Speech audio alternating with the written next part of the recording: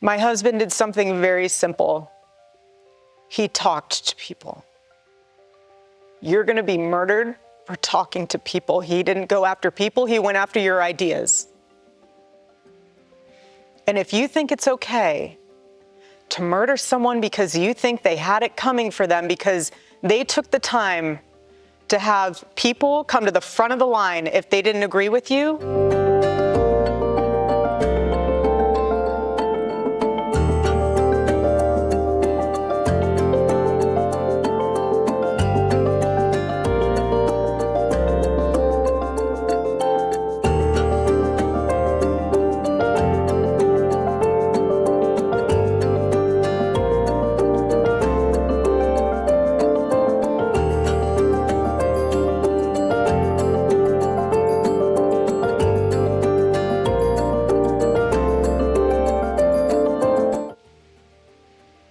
and you think it's okay because you don't like what they say or how they say it, that they should be murdered, and you're enjoying it and you're rejoicing in that?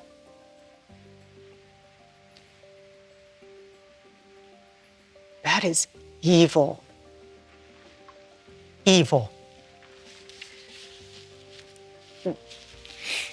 Excuse me.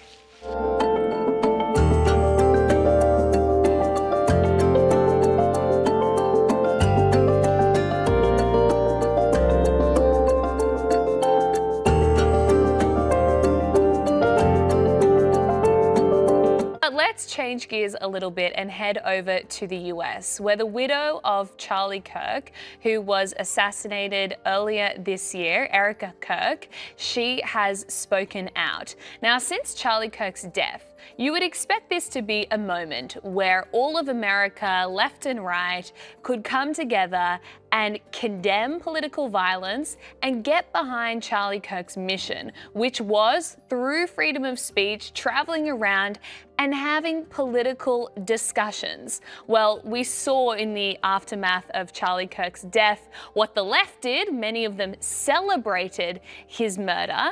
But on the right, something very disturbing has happened. There has been this fracturing of conservative voices, many of whom have started peddling conspiracy theories as to why Charlie Kirk died, how he died. One of the most prominent people pushing this is Candace Owens, who 5 days a week since he was murdered has produced an hour-long podcast analyzing how it couldn't possibly have been the guy, Tyler Robinson, that the FBI caught.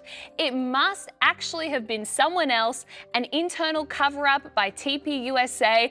She also thinks the French and Israeli governments are somehow involved in this. It is absolutely bonkers, but thanks to all of our conspiracy theories, Candace Owens' podcast is now #1 in the world. Now, poor Erika Kirk, who's still grieving her husband, trying to steward this organization, well, she has just had enough. Have a look. But here's my breaking point on that. Come after me, call me names, I don't care. Call me what you want, go down that rabbit hole, whatever. But when you go after my family, my Turning Point USA family, my Charlie Kirk Show family, when you go after the people that I love, and you're making hundreds and thousands of dollars every single episode going after the people that I love because somehow they're in on this, no.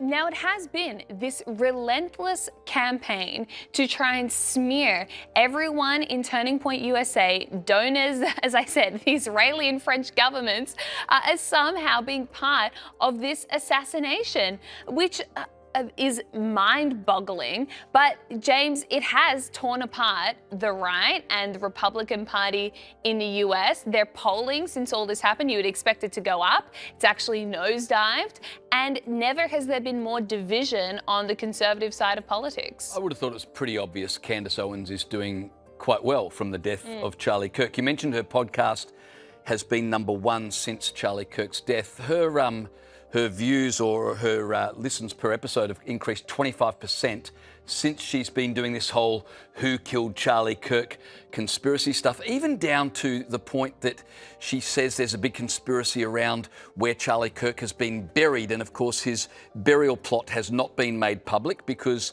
as we saw after the assassination of Charlie Kirk, psychos from the left kept on going on and on about Charlie Kirk and wishing ill on his family. And so they've kept the burial plot secret so that they can go and mourn without fear of being, confronted by lefties at the gravesite.